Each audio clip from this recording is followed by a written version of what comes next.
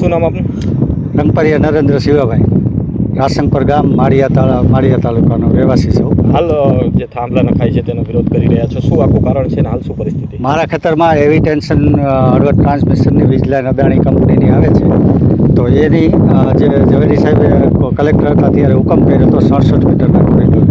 તો મારા ખેતરની અંદર 67 મીટરના કોરિડોર બહાર એ તાણિયા ખેંચે છે, જે બિનઅધિકૃત પ્રવેશ ગણાય.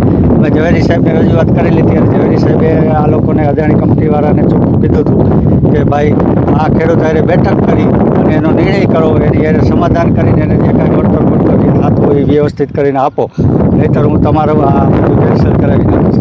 છતાં પણ આ લોકો દાદાગીરી કરી અને અમારી સાથે હથોડા ઉગામે છે ને આવું કરીને અને દાદાગીરી કરીને ધરાહાર તાણિયા બધાય નાખ્યા છે.